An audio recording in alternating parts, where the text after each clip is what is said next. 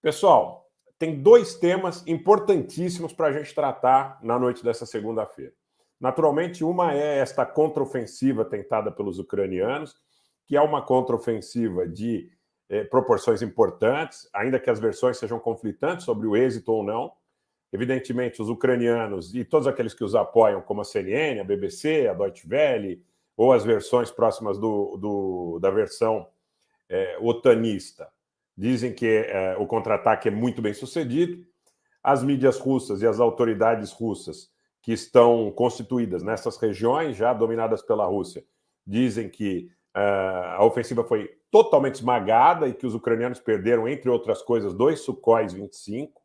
E eu vou tratar disso com vocês, lembrando que outra situação de grande importância está acontecendo aqui neste momento no mundo, no Iraque, onde a zona verde de Bagdá assiste uma terrível, uma enorme conflagração entre as tropas sustentadas pelo Muqtada Sadr e as tropas do governo iraquiano, também participam desse embate aí, as tropas da PMU.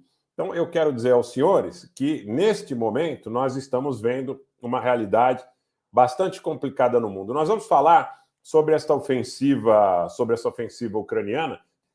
Vamos às versões desses fatos, tá? Vocês viram durante todo o dia, eu fiz até um plantão para falar sobre esses ataques que estão acontecendo, principalmente contra a Nova Kakhovka, na região de Kherson, onde os ucranianos estão usando fogo a partir de Nikolaev, de HIMARS. Então, as forças ucranianas, repito para quem está chegando agora, lançaram um ataque nessa segunda-feira contra a cidade de Nova Kakhovka, em Kherson, e produto desse ataque, e aí é um ponto de consenso, foi a interrupção do fornecimento de eletricidade e água. Então, a mídia estatal russa, RIA Novosti, citando uma autoridade local russa, diz o seguinte: a RIA, citando o chefe da administração civil-militar da cidade, Vladimir Leontiev, disse que as consequências do ataque são terríveis, que existem problemas na usina hidrelétrica, então existem problemas no suprimento tanto de eletricidade como de água. Fogo em ambos os lugares, diz o Leontiev, e ele diz o seguinte: a cidade está sem eletricidade, está sem água, e os hospitais estão trabalhando com geradores. Bom, tem aqui, gente, durante todo o dia também, eu recebi muitas imagens que mostram que existe uma certa mobilização de forças ucranianas que estavam na direção de Odessa, para proteger Odessa, indo na direção de Nikolaev. Qual que é a minha percepção? Porque você tem aí Odessa, Nikolaev e aí Nova Kakhovka, na região de Kherson, aí no limite do contato das tropas russas e ucranianas. Minha impressão é que sim, efetivamente, os ucranianos estão tentando uma ação, pelo menos a nível psicológico, para que as tropas, para que as tropas ucranianas e para que o país, para que seus cidadãos sintam-se de alguma forma encorajados a continuar nesse conflito, onde enormes perdas territoriais aconteceram no sul e no leste do país. Pela mobilização de Odessa em direção a Nikolaev, o que eu posso entender é o seguinte, que muito provavelmente já ocorreram baixas importantes entre as fileiras ucranianas, ou os ucranianos estão guardando ali mão de obra para um ataque de grandes proporções. O que nós vimos, e eu coloquei ali inúmeros vídeos durante o dia de hoje, acompanhando, a gente recebe inúmeros rumores, inúmeros boatos, então para fazer o filtro é uma dificuldade, mas eu espero ter colocado aquilo que eu senti com mais crédito, com mais consistência e corroborado por canais geralmente que estão nas tendências antagonistas. Então, quando você vê um canal russo e um canal ucraniano falando sobre um ataque que ocorreu da mesma maneira, a gente há que dar um crédito, né? A gente tende a dar um crédito, para a notícia, tá? Então, gente, eu quero dizer o seguinte: nós estamos verificando uma ofensiva grande em direção, e eu estou recebendo notícia nesse exato momento, nós estamos recebendo informação nesse exato momento, nós estamos verificando uma ofensiva grande em direção à região de Kherson, onde estão os russos. Esse é um fato. Agora, os russos na realidade, eles estão contra-atacando tanto em Nikolaev, como também na região de Belgorod, de onde partem ataques contra as forças ucranianas na região de Kharkiv. Então, nós estamos observando, né, nessas circunstâncias, nessas condições, nós estamos observando uma situação muito volátil. Por que eu coloquei aqui que a situação é gravíssima? Porque está ocorrendo, gente, uma troca de armas, de fogo de arma muito destrutiva.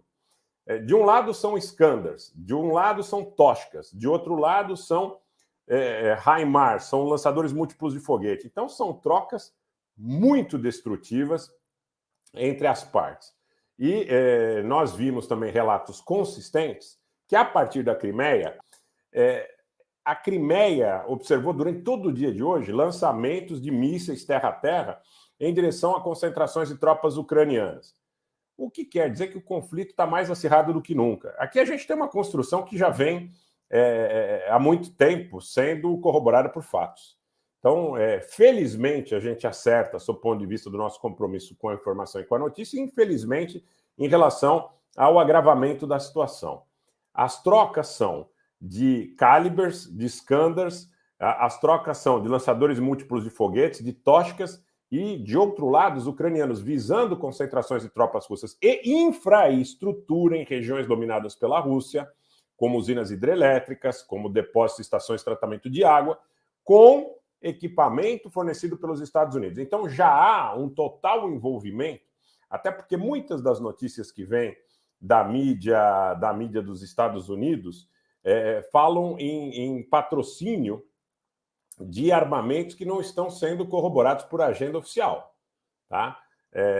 Que não estão sendo corroborados por agenda oficial. Quer dizer, poderia estar ocorrendo.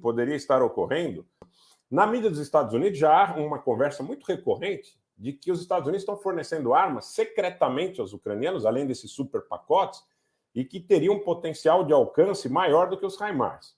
Então já está acontecendo um embate entre a OTAN, forças especiais dos Estados Unidos, porque ninguém vai operar HIMARS, vamos ser muito sinceros, pessoal, vamos ser muito francos, ninguém vai operar esses sistemas sendo treinado por 2 ou 3 meses, de maneira a utilizá-los com eficiência.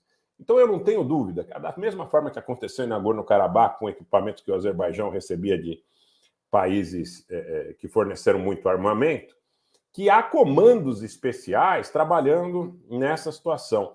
Então já há um combate entre forças ligadas à OTAN, e não apenas mais os ucranianos, que talvez sejam a ponta de lança, para alguns a bucha de canhão dentro desse processo, mas já há um conflito entre a OTAN e a Rússia, e é um conflito cada vez com armas mais destrutivas.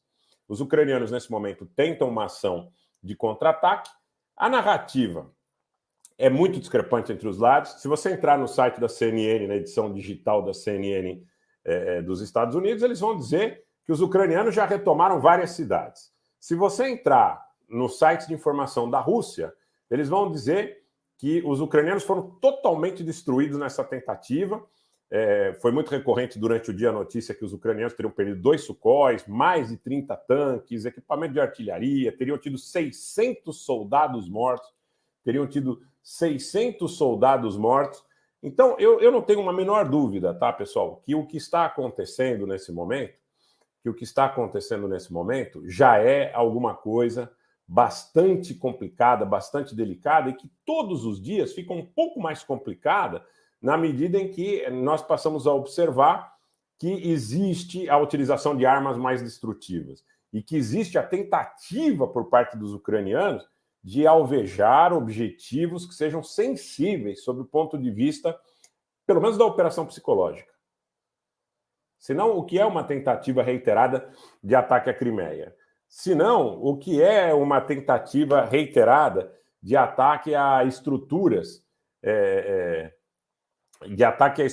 tão delicadas